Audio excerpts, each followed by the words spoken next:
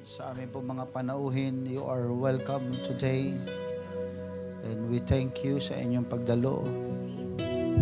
Nawa ang Diyos ay patuloy na magpaala sa inyo at patuloy na kayo ay kausapin ng ating Panginoon. Sa hindi po pagpagtagal mga kapatid, sa aklat po ng unang hari, 1 Kings chapter 1 verse 50 and verse number 51. This is a story of one of the son of David. 1 Kings chapter 1 verse 50 up to verse 51. The Bible says, and Adonijah feared because of Solomon, and arose and went and caught hold on the horns of the altar.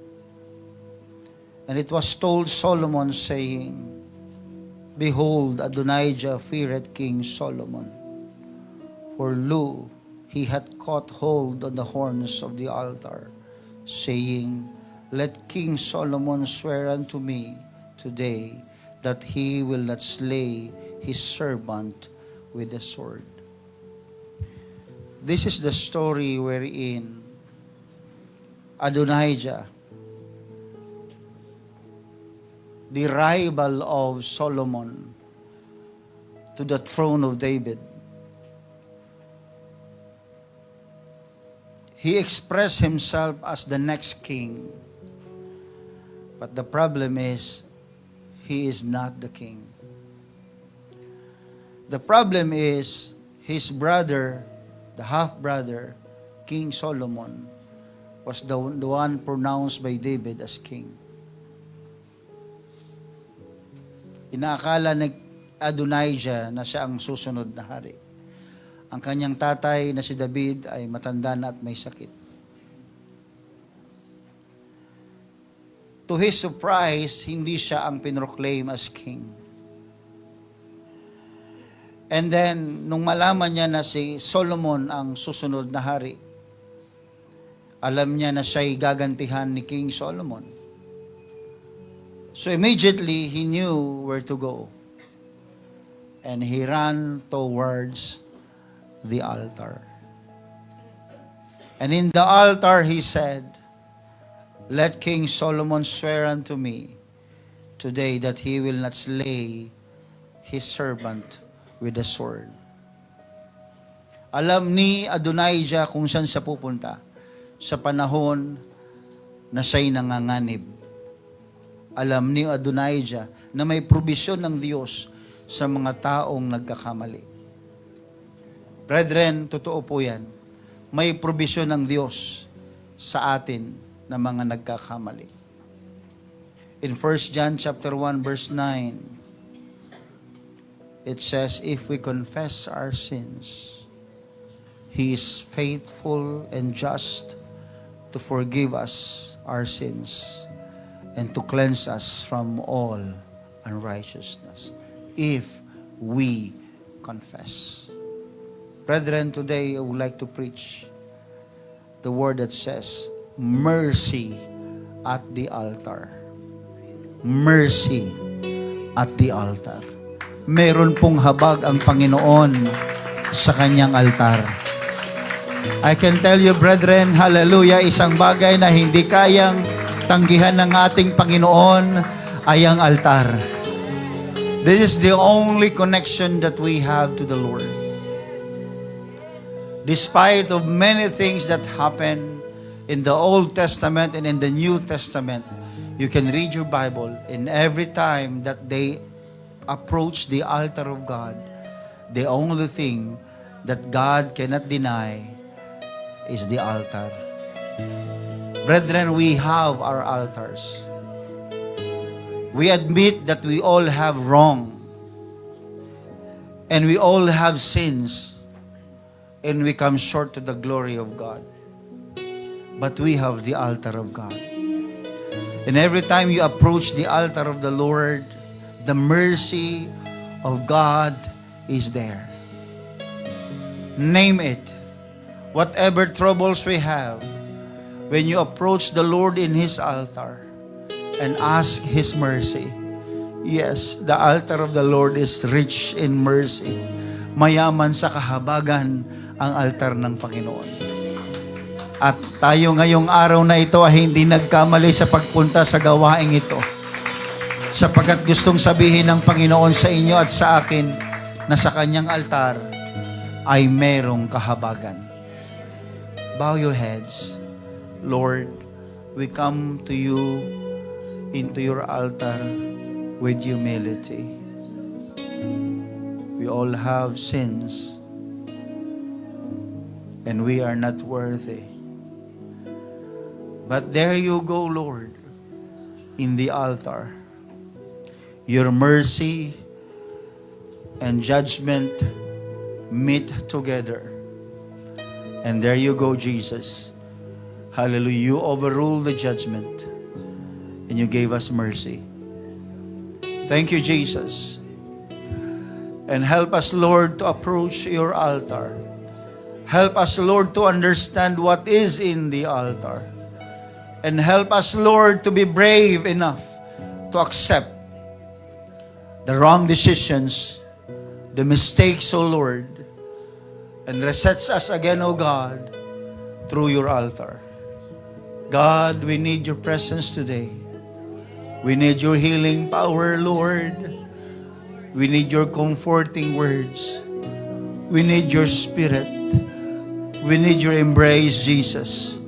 We need you, God. We all have desires in our hearts today. We all have prayers, O Lord.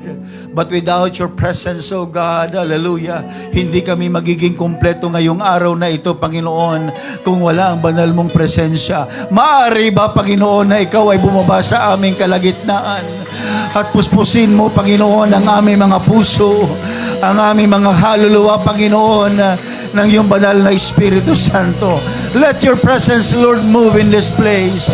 Let your presence, let your glory, let your holiness, Lord, be upon us today. In the name of Jesus. In the name of Jesus. Come on, hallelujah.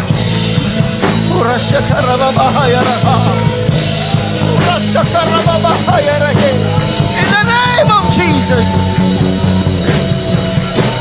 Hallelujah, hallelujah. Hallelujah, hallelujah. Glory to your name, Jesus.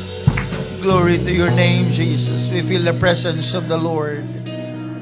Hallelujah. You may be seated, hallelujah, and maintain the presence of the Lord in your hearts. And let the Lord, hallelujah, establish His words, His mercy at the altar. Brethren, when we open the book of 1 Kings chapter 1, we see a man who has failed. The man like us, and his name is Adonijah. Adonijah tried to take the throne that was not his. Adonijah exalted himself. He gathered people, he gathered his alliance, and he helped him to declare and proclaim that he is the next king.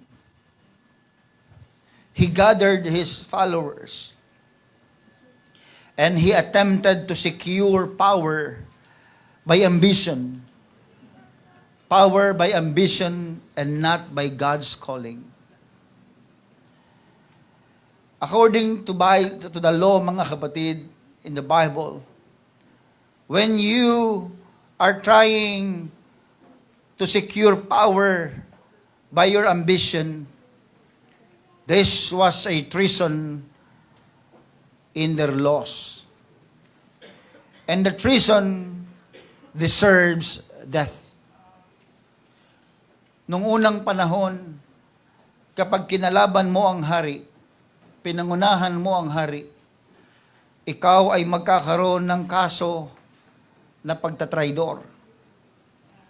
At ang pagtatraidor na yan, ang katumbas niyan ay kamatayan. And this is what happened with Adonijah. But if you notice, mga kapatid, reading the book of 1 Kings chapter 1, Adonijah ran when his plans collapsed. Yung kanyang plano ay hindi nagmaterialize, mga kapatid. Siya ay tumakas. Siya ay tumakbo. Sapagkat alam niya na siya'y gagantihan at papatayin ni Haring Solomon. Pero hindi siya tumakbo sa kanyang mga kaibigan. Hindi siya humingi ng tulong sa kanyang mga kamag-anak. And he even didn't run to his chariots or to his soldiers. He ran to the altar of the Lord and clung to the horns of the altar. Walang ibang tinakbuhan ito si Adonijah. Wala ibang siyang alam na pwedeng puntahan na siya'y magiging ligtas, kundi ang altar. And in the Old Testament, brethren, in the Old Testament, the altar was a place of sacrifice and atonement. Doon sa altar, nilalagay ang mga sakripisyo. Doon dinadala ang mga susunugin na handog para sa Panginoon. At ang altar ay lugar na kung saan, lugar ng katubusan. Ito ay lugar na kung saan ang dugo ay tumitikis, ang dugo ay bumubuhos, at ang biyaya ay dumadaloy. Yan ang katangian ng altar.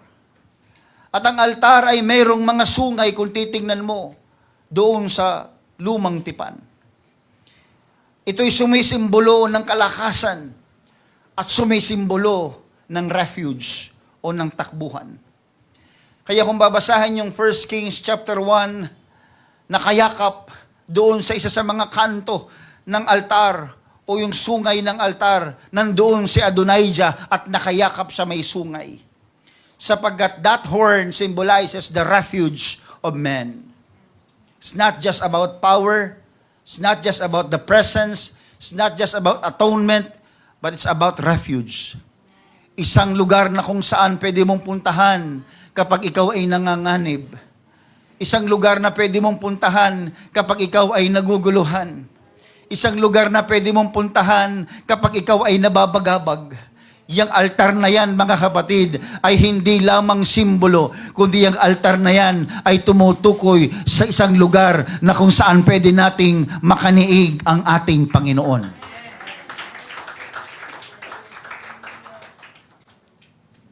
And there you go, Adonijah. He clung to the horns of the altar. At ang sabi niya, I deserve death. Pwede na akong mamatay at patayin. But I plead mercy. Humihingi ako ng tawad. Humihingi ako ng habag. Alam niya ang kanyang pagkakamali. Sinet up niya ang kanyang sarili sapagkat nakita niya na ang kanyang amang si David ay mahina na at pwede nang palitan bilang hari. Tinawag niya ang mga priest, tinawag niya ang mga sundalo, tinawag niya yung ibang mga kaalyado niya at sabi niya, magpista tayo. Mag-proclaim tayo na ako ang susunod na hari. At ginawa yun ng kanyang mga alyansya. Kaya nung unang panahon, may politika na, mga kapatid.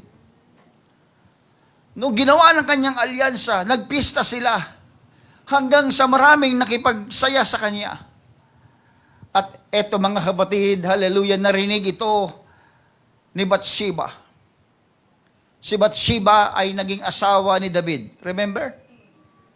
Si Bathsheba, mga kapatid, ang kanyang naging anak kay David ay si Haring Solomon. You know the story of Bathsheba. It might not be good if you are going to discuss the things about David and Bathsheba. But there are good things that happen that we don't know what behind our eyes and behind the scene, mga kapatid. Na kung saan si Bathsheba ay nagkaroon ng anak na si Haring Solomon at siyang napili ng Panginoon na susunod na maging hari. At nung malaman ni Bathsheba na itong si Adonijah ay nagkaroon ng self-proclamation nagkaroon ng ambisyon na pumalit sa kanyang ama. Dali-daling pumunta itong si Bathsheba sa kanyang asawa. At tinanong niya si David, di ba nangako ka na ang susunod na hari ay si Solomon? Yes, ang sabi niya.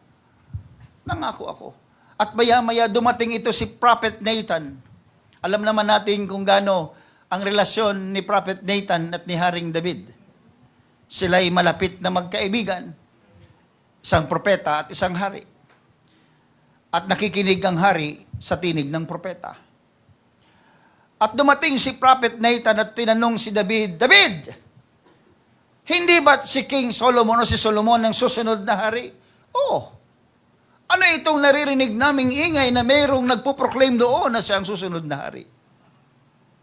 Dali-dali nag-utos si David at ang sabi niya, ngayon din, i-anoint mo ang aking anak na si Solomon.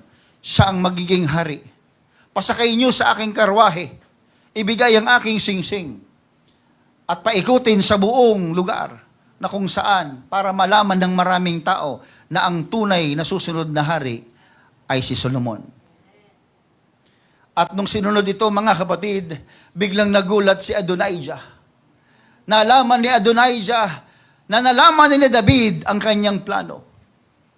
At siya'y natakot, mga kapatid, sapagkat yan ay treason, yan ay isang pagrebelde, pag-aalsa. At pwedeng siyang patayin ni David at ni Solomon. Sa kanyang takot, mga kapatid, hallelujah, wala siyang ibang pinuntahan, wala siyang ibang, hallelujah, napuntahang lugar, kundi ang lugar ng altar. Niyakap niya ang altar. At sinabi niyang, oo, ako'y nagkasala. But I plead mercy. Humihingi ako ng habag. Sa Exodus chapter 21, verse 12, hanggang verse number 14, babasahin ko sa inyo, mga kapatid, ang nature ng altar na ito. Sa New Living Translation, mababasa natin ang ganito. Exodus chapter 21, verse 12. Anyone who assaults and kills another person must be put to death. But if it was simply an accident permitted by God, I will appoint a place of refuge where the slayer can run for safety. Verse 14, however, if someone deliberately kills another person, then the slayer must be dragged even from my altar and be put to death. Alam niyo ba, mga kapatid, there are two persons recorded in the Bible that run to the altar for safety. One is Adonijah, and second is Joab. Joab is the captain of the host of David. Malapit itong kaibigan ni David at siya'y kapitan ng sundalo ni David. Pero ito ay naging balimbing. Ito ay pumanig doon kay Adonijah. If you are going to read the book of Kings, kasama rin si Joab na yumakap doon sa altar sapagkat gusto niya na siya ay maligtas. But you know what? Hindi po siya pinaligtas. He was killed right in front of the altar. Because of this, if someone deliberately kills another person, then the slayer must be dragged even from my altar and be put to death. Joab does not only commit treason, but he commit a serious problem between God, David, and Solomon. Kaya alam nyo, ingat po kayo kung saan nyo binibigay ang inyong commitment. Sapagkat isang araw kahit lumapit ka sa isang altar ng Panginoon, kapag ang kinumit mo sa Panginoon ay hindi lamang ito minsan, kundi paulit-ulit, there might be a time that there will be no mercy for you. And as you can see, mga kapatid, the place of altar is a place of mercy. Ang lugar ng altar ay lugar ng kahabagan. Ang altar ay hindi lamang lugar ng paghuhukom. Ito din ay lugar ng kapatawaran. Ang bawat tupa na kinakatay sa harap ng altar na ito ang bawat dugo na bumubuhos sa lugar ng altar na ito, sa bawat dugo, hallelujah, na naiwiwisik doon sa altar, ay testimonya na ang Diyos ay tunay na mahabagin. Si Adonijah, mga kapatid, ay guilty. He was guilty of treason. And he understood, alam niya, na bagamat siya'y guilty sa kanyang kasalanan, bagamat meron siyang nagawang makalaking kasalanan, alam niya kung saan siya pupunta. Alam niya na kapag nakarating siya doon sa altar, may pag-asa pa. Alam ni Adonijah na bagamat ang katumbas ng kanyang ginawa ay buhay.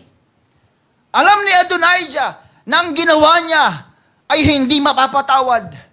Pero mayroon siyang alam na lugar na kung saan, pag siya'y nandoon sa altar na yun, sa lugar na yun, mga kapatid, ang kanyang kasalanan ay mapapatawad at siya'y ligtas, mga kapatid, sa kanyang buhay. Ang altar na yan sa panahon natin ay hindi gawa sa anumang uri ng bato. Hindi rin gawa sa anumang uri ng metal o anumang uri ng kahoy. Ang altar na yan ay ang krus ni Jesucristo, na kung saan, mga kapatid, na ang kanyang dugo ay tumikis sa krus na yan. Na kung saan ang altar, hallelujah, doon binubuhos ang lahat ng mga dugo, doon kinakatay, doon pinapatay ang mga handog. At ang cross natin sa panahon natin ngayon, walang iba kundi si Jesus Christ, mga kapatid. Siya lamang ang napako sa krus, siya ang naihandog doon sa krus sa altar. At ang altar na yan ay ang krus ni Kristo. Katulad po ni Adonijah, siya'y yumakap doon sa altar upang humingi ng habag. Ganon din ang ating ginagawa. Sa altar ni Kristo o sa krus ng ating Panginoong Hesukristo, tayo din ay yumayakap para tayo ay mapatawad sa ating mga kasalanan. Let us come to the throne of the Lord boldly. As Hebrews chapter 4 verse 16 says, let us therefore come boldly unto the throne of grace, that we may obtain mercy and find grace to help in time of need. Lumapit daw po tayo sa trono ng Panginoon na mayroong boldness to the throne of grace of God. And that throne of grace is not made of any precious stones. The throne of grace is not made of any precious woods or any creation of metals or anything. The throne of grace of God is the cross. Sa tuwing tayo, mga kapatid, ay mayroon pong panganib sa buhay. Sa tuwing ikaw ay nakakaramdam ng panganib sa iyong buhay. Sa tuwing ikaw ay nakakaramdam ng pagkagulo sa iyong kaisipan, trouble sa iyong damdamin, anything that you don't understand, just go to the throne of grace of the Lord. Lumapit ka sa trono ng biyaya ng Panginoon and you will obtain mercy. You will obtain mercy and find grace in the time of our need. That's the only, alam niyo, blessing ng paglilingkod sa Panginoon. Itinuturo sa atin yung mga direksyon na kung saan hindi tinuturo ng sanlibutan. Andiyan pa po ba kayo? Pag tayo may problema, pag lumapit ka sa kaibigan mong makasanlibutan, anong itinuturo sa iyo? Iinom mo lang yan. Isuroy-suroy mo lang yan. Mag-party-party tayo para matanggal yan. You see, what the world is trying to feed you, he is misleading you. Pag may problema ka, lumapit ka sa kumari mo. Lumapit ka kay kumpari mo. Lumapit ka sa Bombay. Lumapit ka sa mga nagpapa 5-6. Sa kaibigan mong well-to-do ang buhay. Mga kapatid, hindi po yan ang direksyon na tinuturo sa atin ng Panginoon. Inaalis ng Diyos sa atin na tayo ay umaasa sa tao, mga kapatid. Ang Diyos nagtuturo sa ating manampalataya sa Kanya. Sa panahon na ikaw may karamdaman, mga kapatid, kahit pinakamagaling na doktor ang tumingin sa iyo at dumamot sa iyo, kung ang Diyos hindi ka pahintulutang mabuhay, hindi ka mabubuhay. And many of you went to the hospitals. Many of you witnessed the mystery of life. Malakas, malusog, mayang-maya, dedo. Isang mahina, uugod-ugod. Halos isang bulate na lang hindi pa pirma, sabi nila. Hanggang ngayon, buhay na buhay pa rin. Life is unfair, Pastor. No, it's not. Life is with Jesus. Si Kristo ang nagtatakda ng buhay. Si Kristo ang nagsasabi kung mabubuhay o mamamatay. Si Kristo ang magsasabi kung gagaling o hindi. Si Kristo ang magbibigay ng direksyon. Hindi ang tao, hindi ang sanlibutan, mga kapatid, kundi ang Panginoong Jesus. Kaya tinuturo sa atin ang salita ng Panginoon, come boldly to the throne of grace. Ba't ka mahihiyang lumapit sa altar kung alam mo na ang magiging bunga ng iyong hindi paglapit ay kamatayang espiritual? Ba't ka mahihiya na lumapit sa altar kung alam mo na yung altar at lugar na yun ay lugar ng kagalingan, lugar ng pagpapala, lugar ng pagpapatawad, lugar na kung saan tayo ay natutubos sa ating kasalanan? Why are you ashamed?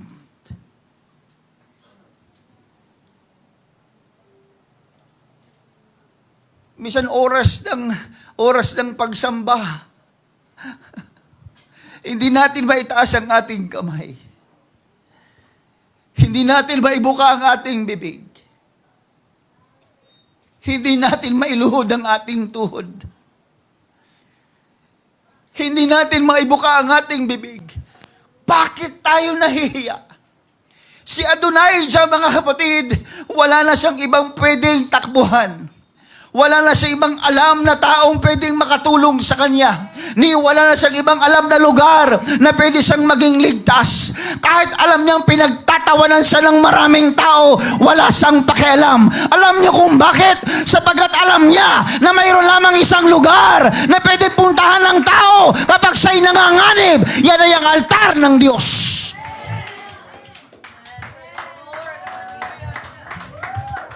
May problema ka sa asawa, may problema ka sa anak, may problema ka sa trabaho, may problema ka sa kalusugan mo. Bakit hindi ka tumakbo sa altar? Bakit hindi mo come boldly to the throne of grace?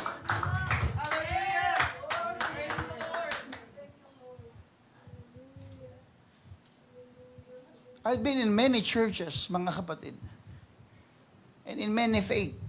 Nagsimba na rin ako sa iba't ibang simbahan. Ramdam na ramdam ko yung mensahe ng Panginoon. Kinakausap ako ng Panginoon. Pero may simbahan, mga kapatid, na hindi nagbubukas ng altar. Iyak ako ng iyak sa upuan. Damang-dama ko yung presensya ng Diyos. Iyak ako ng iyak sa upuan. Tapos nang mangaral yung pastor, walang altar na binubuksan. At nilapitan pa ako ng isa sa mga elder. Ba't ka umiiyak?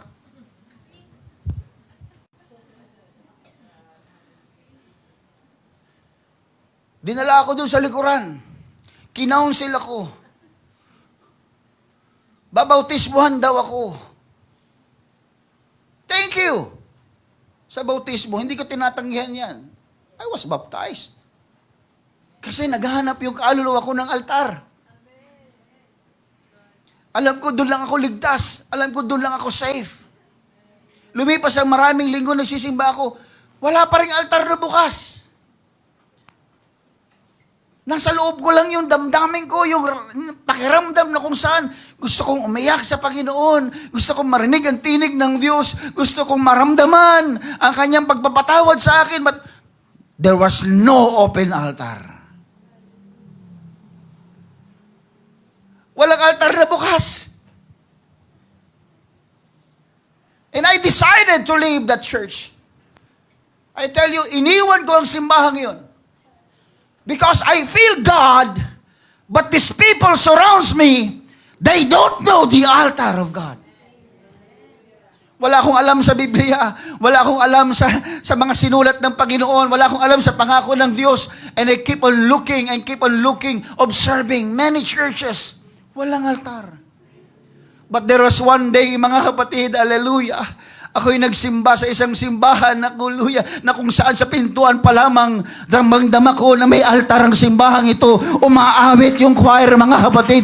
Para akong hinihili, para akong binubuhat ng mga anghel, papunta dun sa harapan, sa upuan. Hindi pa natatapos mangaral ang pastor ko, mga kapatid. Umiiyak na ako, tumidipa na ako, lumuluhod na ako. Bakit? Nakakita ako ng altar!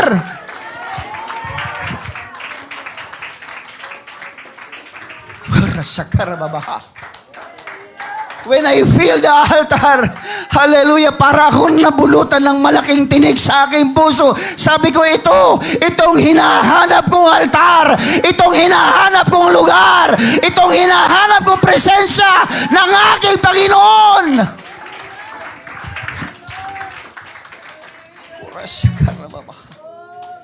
So no matter how far you get away from the Lord, no matter how wrong your decision in your past, no matter how shameful your past. Imagine, Bathsheba had a negative past.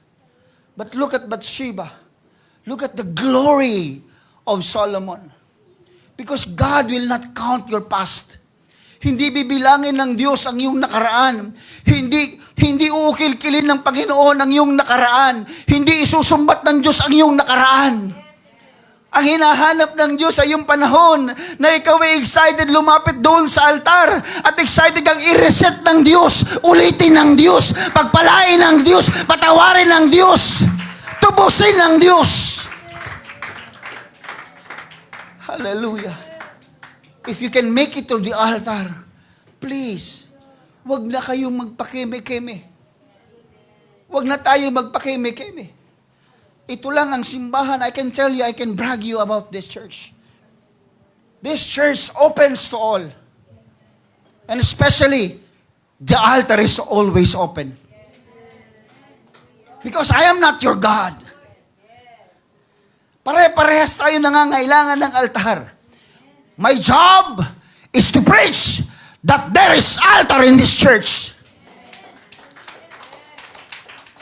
My job is to tell you that the altar is widely open. That's my job. That's why I preach. And everyone wants and needs altar. Kaya itong araw na ito, mga kapatid, if you feel, hallelujah, if you feel that you need to go boldly to the throne of grace, hallelujah, don't wait for somebody to tell you to come.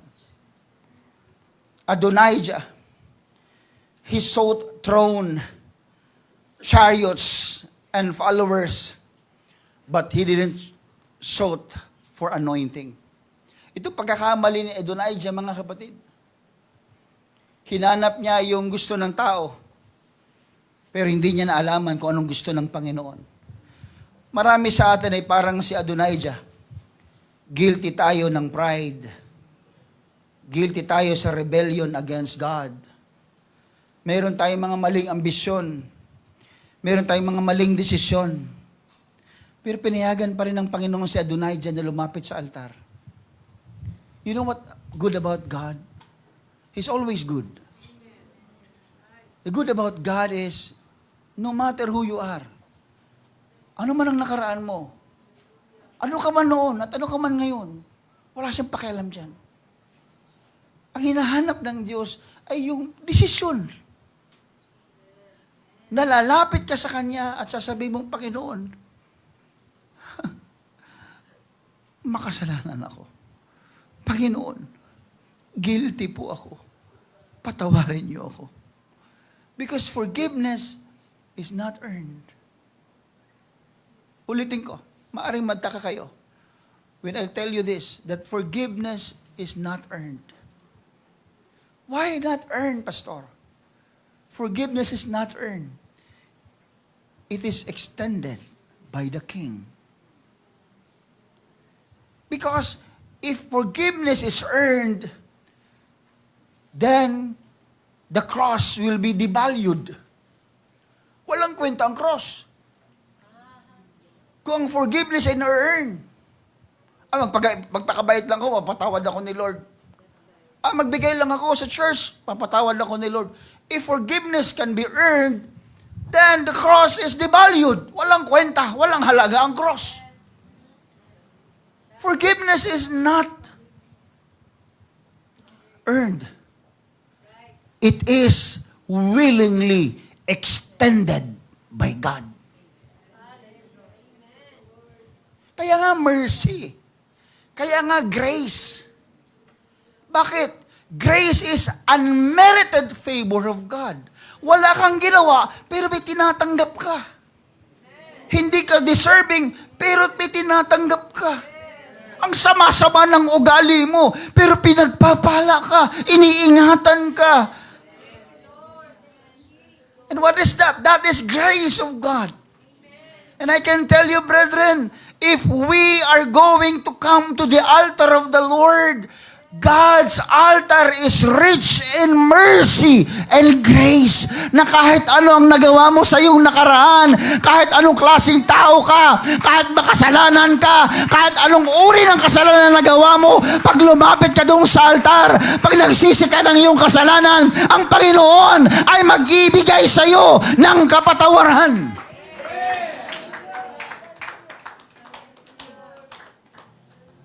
Don't ever think that because of your willingness to come, then God forgave you. Don't ever think that because of your skills and because of your decision to come, then God forgave you. No. Tumambling-tambling ka man sa harap ng Panginoon. Sunugin mo man ang sarili mo sa harap ng Diyos para patawarin ka. Kung hindi ka patatawarin, hindi ka magkakaroon ng kapatawaran. Because forgiveness cannot be earned. This is graciously and mercifully extended by the King. Panginoon na nagdedesisyon. It's not in our control. It's not in our control. Tsaka na ako magsisimba, tsaka na ako magpapakatapat sa Panginoon. Pag yung alam kong malapit-lapit ng magunaw ang mundo. Ganun ba yon? Buti ka pa alam mo kung kailan magugunaw ang mundo. Paano kung hindi mo alam? Paano kung wala ka ng oras, wala ka ng panahon? Katulad ng sakay na yan.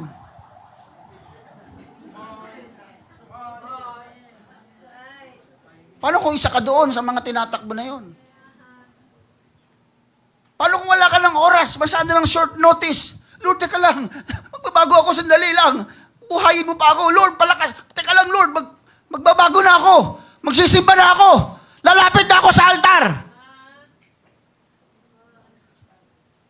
Paano kung wala ng panahon?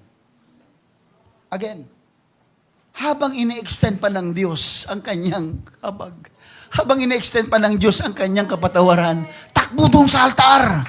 Huwag mong sayangin ang pagkakataon. Huwag mong sayangin ang panahon. Naalala niyo si Juan? Tsaka itong si Santiago? Lumapit sa Panginoon. Ginamit pa yung nanay nila. Nag-aambisyon sila, mga kapatid, na magkaroon ng trono sa tabi ni Jesus Christ. Pero katulad ni Adonijah, itong dalawang si James at saka si John, ay ganon din ang kanilang ambisyon. Kinorek sila ng Panginoon. Ang totoong kadakilaan ay hindi makikita sa posisyon. Ang totoong kadakilaan ay makikita sa paglilingkod. Kaya habang naglilingkod tayo, nagiging dakila tayo sa Panginoon. Everybody say amen. Pero hindi sila nireject ni Lord. Yung dalawang yun. Anong ginawa ng Lord? Pinatawad yung pagiging immature nila. Sabi itong mga batang ito, ang hinahanap ay posisyon. Pinatawad sila ng Panginoon. Yung kanilang immaturity. Anong ginawa ng Panginoon sa kanila? Tinransform sila. Alam niyo nangyari pagkatapos ng transformation? Si James ang naging unang first apostolic martyr. At si John naman, ang siya nakakita ng revelation ng Panginoon. Tingnan nyo. Nung umpisa, hindi nila alam yung hinihingi nila. Mali yung kanilang desisyon. Pero hindi sila ni-reject ni Lord. Tinransform sila. Alam niyo ba na ang pagpapatawad ng Panginoon ay transformation? Huwag mong pangaraping magbago kung hindi ka pa napapatawad. Ang pagbabago ay darating pagkatapos ng kapatawaran. Kaya may mga tao, kahit magsimba, hindi nagbabago. Alam niyo kung bakit? Kasi hindi pa nila naintindihan at naramdaman ang kapatawaran.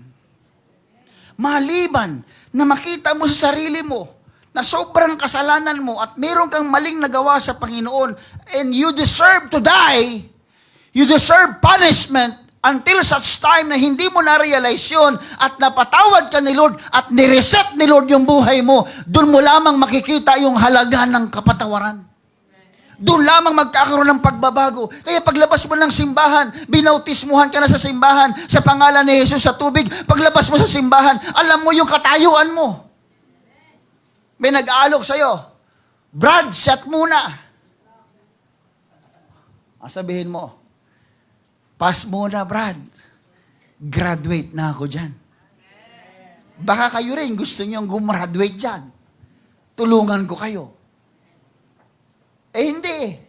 Nung mapadaan ka, Brad, shot muna. Ano ba yan? Yun ang tanong ano ba yan? Depende sa inaalok.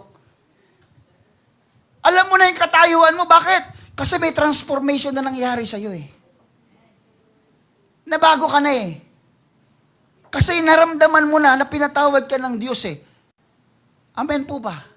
Kaya ang pagpapatawad is not just a permission to remain shallow, but is a transformation. Again, brethren, kahit na immature tayo sa pananampalataya natin, no matter how many times we misunderstood God, He never gave up. He never gave up. He forgives us, and He keeps on forgiving us and transforming us. Salamat sa Panginoon. Ilang beses ka na bang nangako na napapako sa Panginoon? Pero there you go, buhay ka pa rin, malakas ka pa rin, nandito ka pa rin, sumasamba ka pa rin, pinagbabala ka pa rin. He keeps on transforming us. Salamat sa Panginoon. Sabihin mo sa katabi mo, transformer ka ba?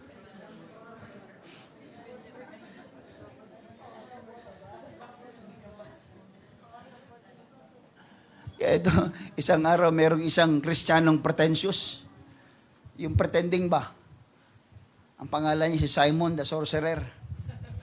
Alam niyo, sa Bible yun, di ba? Punta siya sa gawain, nakakita siya ng mga taong nililehans. Napupuspos ng Espiritu Santo. Tumatanggap ng Holy Spirit. Sabi niya, bayaran kita, Brad. Bigyan mo ko niyang ganyang klaseng power. Tinan mo itong lukulukong ito. Namili, nagbayad, nagbribe. Pero ang sabi ni Pedro sa kanya, ang puso mo ay hindi tuwid sa Diyos. Kasalanan niyang ginagawa mo. Pero hindi sinarado ni Pedro yung pintuan. Ang sabi niya, pero kung magsisisi ka ng iyong kasalanan, baka sakaling mapatawad ka pa. Kasi alam ni Pedro, si Pedro ang unang-unang nangaral ng paghingi ng kapatawaran Diba, ng pagsisisi? Siya nangaral sa Acts chapter 2, verse 38. Repent and be baptized. Yun din sinabi niya, magsisi ka ng iyong kasalanan. Baka sakaling mapatawad ka pa. Alam niyo mga kapatid, kahit na nagkakamali tayo, ang Biblia nag-o-offer sa atin mga kapatid ng biyaya. If we will just learn to submit and repent of our wrong motives to God, then forgiveness comes. Walang bagay na hindi kayang patawarin ng Panginoon. Nung si Pedro nga po kinig po kayo, matatapos na po ako. Nung si Pedro nga po nung dinenay niya ng 3 beses ang Panginoon, Ang sabi niya, I know him not. Nung unang panahon, kung titingnan mo, dapat disqualify na si Pedro sa pagiging apostol eh. Kung ako titingin, mga kapatid, dapat disqualify na ito. Pero ang ginawa ng Panginoon, pinatawad pa rin. Tignan mo yung taong yun, mga kapatid. Matindi yung ginawa niya sa harap-harapang tinatanggi niya ang Panginoon. Harap-harapang tinatwa niya ang Panginoon. Pinatawad pa rin siya. Pinagpala pa rin siya. Naging apostol pa, mga kapatid.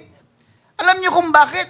Kasi nga ang pagpapatawad ng Diyos is meant to transform us and restore us.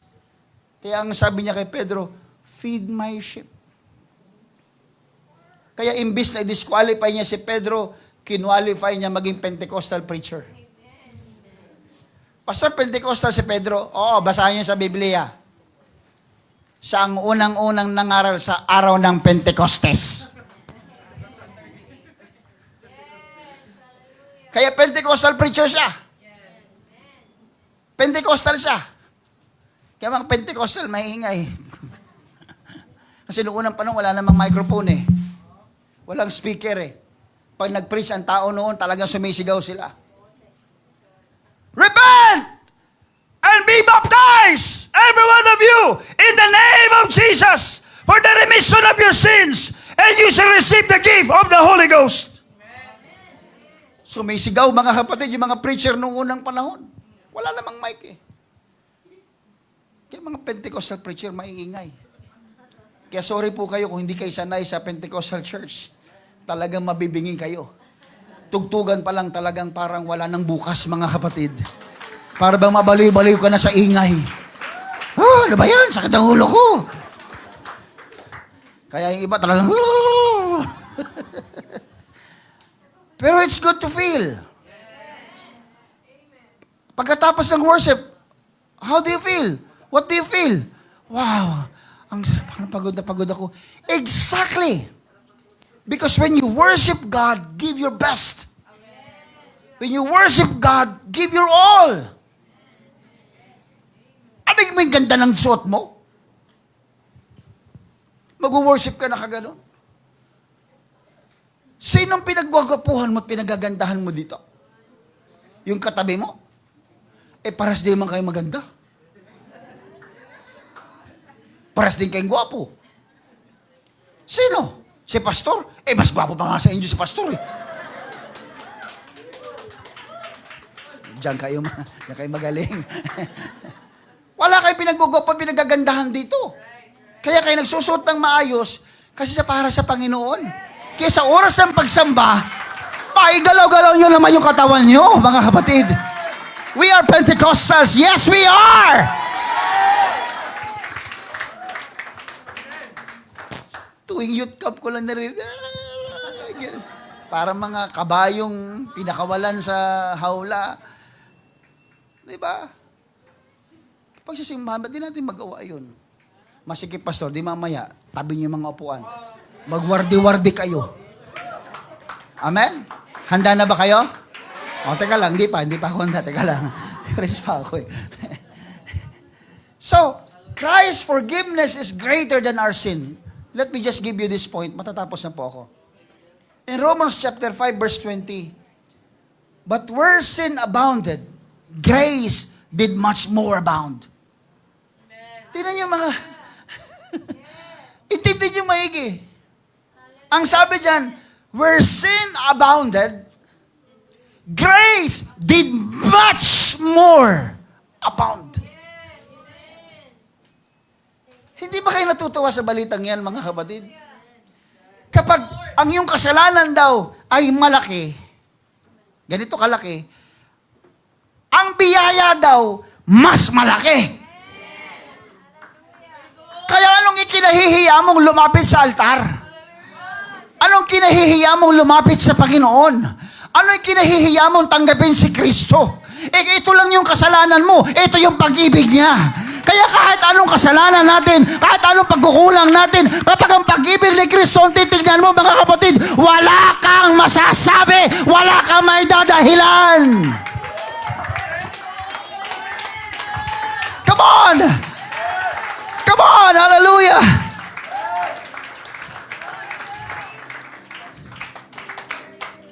We are all not worthy here, mga kapatid. Your servant is not worthy. I will tell you this. And I will keep on telling you this. Listen. I am not worthy. Kung bibilangin ko sa mga daliri ko, ang mga kasalanan ko sa Panginoon, kukulangin ang mga daliri ko sa kamay at sa paa ko. But why I am here? But why I can preach? Because of the altar. I clung myself to the altar. I submit myself to the altar. I know my place. I'm not worthy. But because of God's mercy, because of His forgiveness, God resets everything. And I can now face the Lord and serve Him.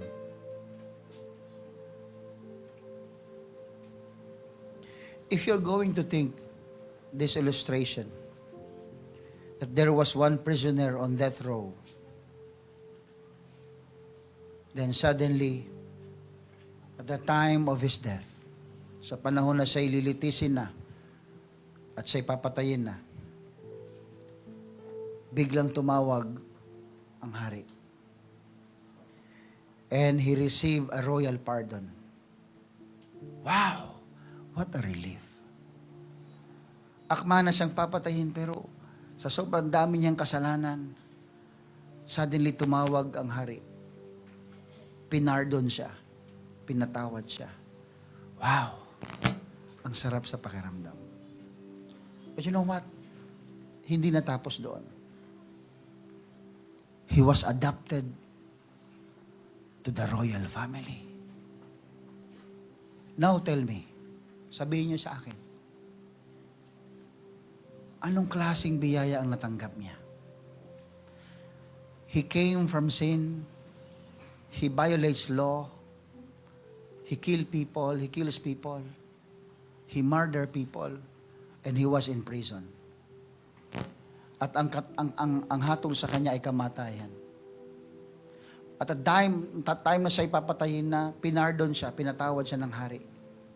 At hindi lang siya pinatawad, dinala sa kaharian at inampon bilang parte ng pamilya ng hari.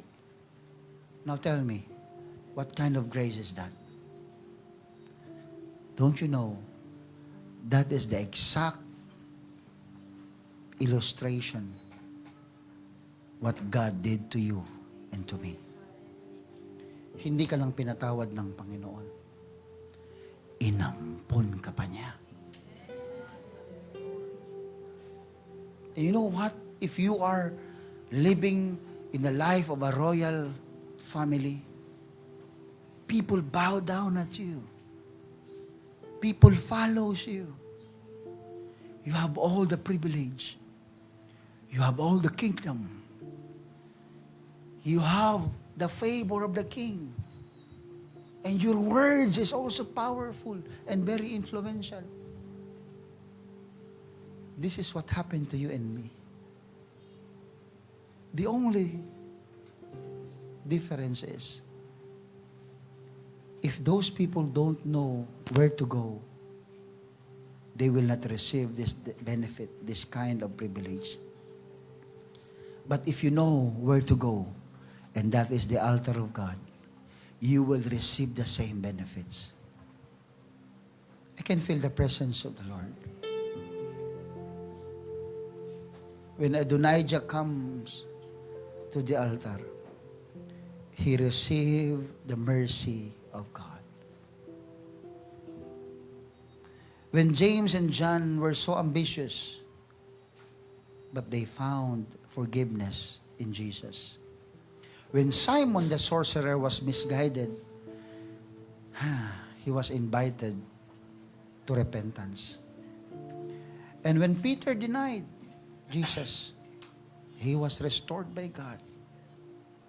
And when Paul was persecuted, he was transformed by God. Alam niyo, malinaw na malinaw ang mensahe ng Biblia na walang kasalanan na malalim, walang kasalanan na malaki na hindi kayang patawarin ng Panginoon. Run. Run to the altar. That is your safe refuge. That is your safe place. Pag hindi nyo na alam ang gagawin nyo, run to the altar. Cling yourself to the altar. Yakapin mo yung altar. No, Lord, I need your mercy. I need your help. I need your forgiveness, Lord. Run to the altar. Confess like Peter. Repent like Simon, the sorcerer. And surrender like Paul. If we confess our sins, He is faithful and just to forgive us and to cleanse us from all unrighteousness. If we confess our sins. And when Adonijah received the mercy of God, you know what happened? Hindi siya pinatay ni King Solomon. Pero alam niyo, may masamang nangyari kay Adonijah. Nung mamatay si David, may naging tagapag-alaga si David, isang batang babae. Batang babae na binigay kay David for his health reason. At naging asawa ito ni David. In terms of legality or the kingdom rule, kapag ikaw ay naging concubine ng isang hari, you also have the privilege of living in the kingdom of the king. Isang araw, sa sobrang tuwa ni Adonijah, na siya hindi na pinatay ni Solomon, he requested Bathsheba na maging asawa niya si Abishag, kung hindi ako nagkakamali. Yun yung babae na tagapag-alaga kay David. Nung unang panahon, bawal yun. Sapagkat ang pagtitake ng naging asawa ng hari ay simbolo ng parang tinitake mo ang kaharian niya. You know what happened? Listen to me. I'm done. I'm finished. At we just want to give you this last point. Ano mo yung nangyari? Okay na sana eh. Pinatawad na siya eh. Pero ang ginawa ni Adonijah, bumalik siya sa kanyang maling gawain. Yung ambisyon niya na siya pa rin na maging hari, akala niya hindi makikita ni Haring Solomon. King Solomon is the wisest man ever lived. Nakita niya at nabasa niya ang kilos ni Adonijah. Alam niyo, bawal yung ginawa niya na i-request na maging asawa niya yung naging servant ni King David. Bawal yun noong unang panahon. Alam niyo nangyari? Si Adonijah ang gumawa ng kamatayan niya. He was killed by King Solomon. No mercy. No altar. Because there's only one time in your life that you need to be serious in your altar. When you come to your altar, be serious. Be serious. Baka ma-overwhelm ka sa kapatawaran ng Panginoon at makalimutan mo na mayroon ka ng boundary. And Adonijah forgets his boundary. And there you go. Pinatay siya. Pinahintulutan siya ng Diyos na patayin. How sad. Nasayang yung kapatawaran. Ikaw, kapatid, sasayangin mo rin ba yung kapatawaran? magkukross ka pa rin ba sa boundary? Yun lang naman ang gusto ng Lord sa atin eh. You get serious in your service to the Lord. Maging seryoso ka. Don't cross the boundary. Kahit napatawad ka na sa altar, don't cross the boundary. Alamin mo yung limitasyon mo, alam mo yung hangganan mo. Hanggang dyan ka lang. Don't go back to your old nature. Don't go back to your old life. Huwag mo nang balikan yun. Kasi walang altar doon sa lugar na yun. Kung saan ka nakatagpo ng altar, stick to it. Keep yourself to the altar. Know your boundaries. Obey God. Be sensitive to His presence. I can feel the presence of the Lord. Now, there is an altar today, and I don't know your needs, but I want you to come to your altar. Go to your altar. Pwede mong bitbitin yung sarili mo sa altar. Pwede yung anak mo. Pwede yung asawa mo. Pwede yung sarili mo. Anything that you want to bring to the altar. Let's all stand in the presence of the Lord. Oh God.